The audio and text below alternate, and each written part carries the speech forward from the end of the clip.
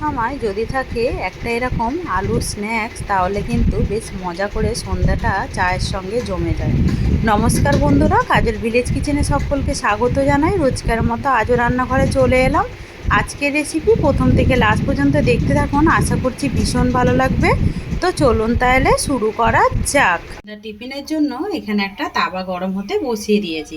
তাওয়ার মধ্যে দিয়ে দেব সাদা তেল, 1.5 চামচ মতো দিয়ে দেব 4 চামচের সাদা তেল। তেলটা এখানে বেশ গরম হয়ে গেছে। এখানে আগে থেকে একটা আলু আমি এইভাবে ছোট টুকরো করে কেটে নিয়েছি, এরকমই ছোট করে কেটে নিতে হবে। দিয়ে দেব আলু।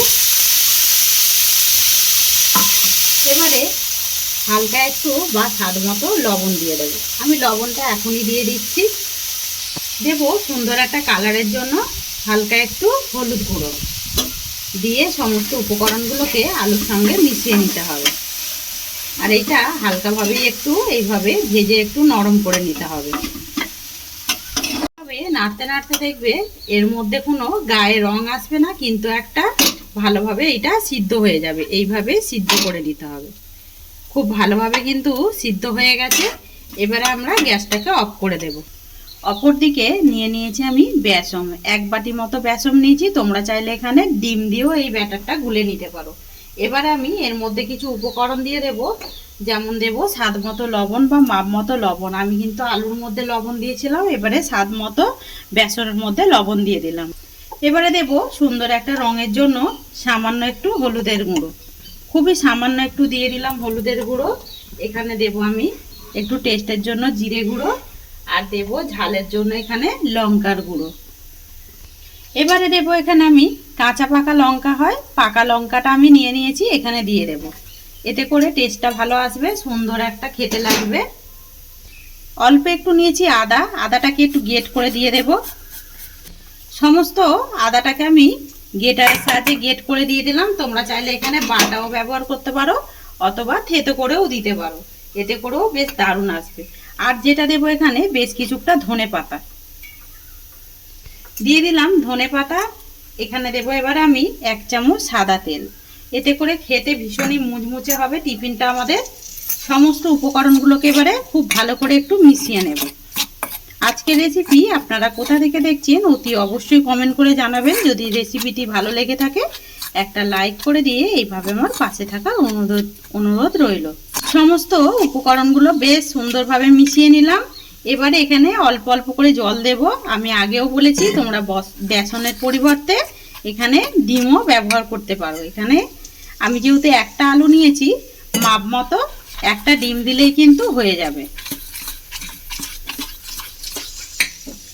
এইভাবে সুন্দর করে গোলাটাকে গুলে নেব। এরকম একটা থকথকে গোলা রেডি করে নিলাম।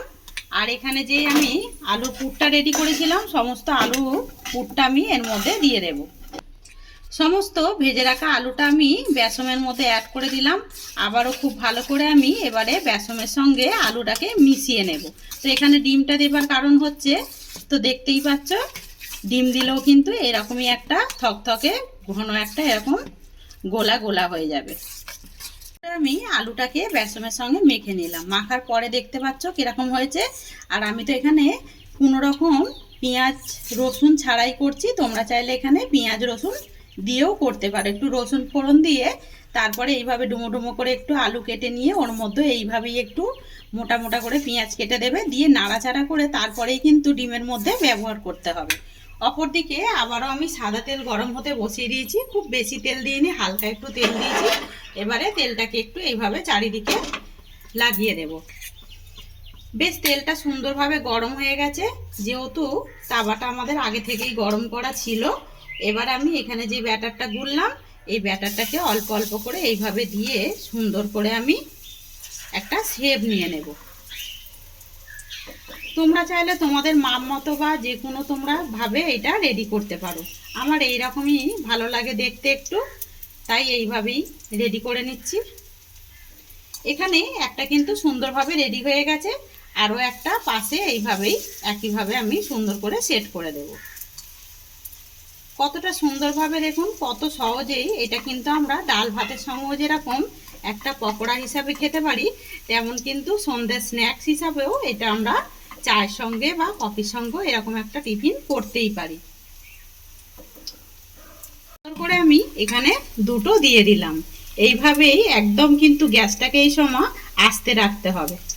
গাটা এরকম শুকিয়ে আসবে, ওপরের দিকটা শুকনো ভাব হয়ে আসবে, তখনই বুঝতে পারবে এইটা কিন্তু এবারে উল্টানোর মতো সময় হয়ে গেছে। দেখো কত সহজে কড়া থেকে কিন্তু ছেড়ে আসছে। এবারে আমরা এটাকে উল্টে দেব। কত সহজেই দেখুন এটা কিন্তু টিফিনটা এইভাবে উল্টে দিলাম। আর দেখতে ভীষণই মজাদার হয়েছে, খেতে কিন্তু আরো বেশি ভালো লাগে। একদম নতুন মতো একটি রেসিপি। সুন্দর করে উল্টে পাল্টে রং আসা পর্যন্ত ভেজে নিলাম। এবারে আমি টিফিনটাকে একটা প্লেটের মধ্যে তুলে নেব। কত সুন্দর ভাজা হয়েছে সেটা কিন্তু দেখতেই পাচ্ছেন, কালারটা কিন্তু বেশ দারুণ এসেছে। একইভাবে সমস্ত টিফিনগুলোকেই আমি ভেজে ফিরে আসছি। সমস্ত টিফিনগুলোকেই আমি সুন্দর করে গড়ে নিলাম। আর কতটা সুন্দর হয়েছে দেখুন, খাসটা একদম দারুণ হয়েছে। কিন্তু আজকে টিফিনের রেসিপি আপনাদের কিরকম লাগছে অতি অবশ্যই কমেন্ট করে জানাবেন। যদি ভালো লেগে থাকে একটা লাইক করে দিয়ে এইভাবে আমার পাশে থাকবেন, আমাকে সাপোর্ট করবেন। আমার এরকম নিত্য নতুন রান্নার জন্য পাশে থাকা বেল আইকনটি প্রেস করবেন। সবাই ভালো থাকবেন, সুস্থ থাকবেন। ধন্যবাদ। আবারও কোনো নতুন রেসিপি নিয়ে ফিরে আসবো। আজকের মতো এই পর্যন্ত।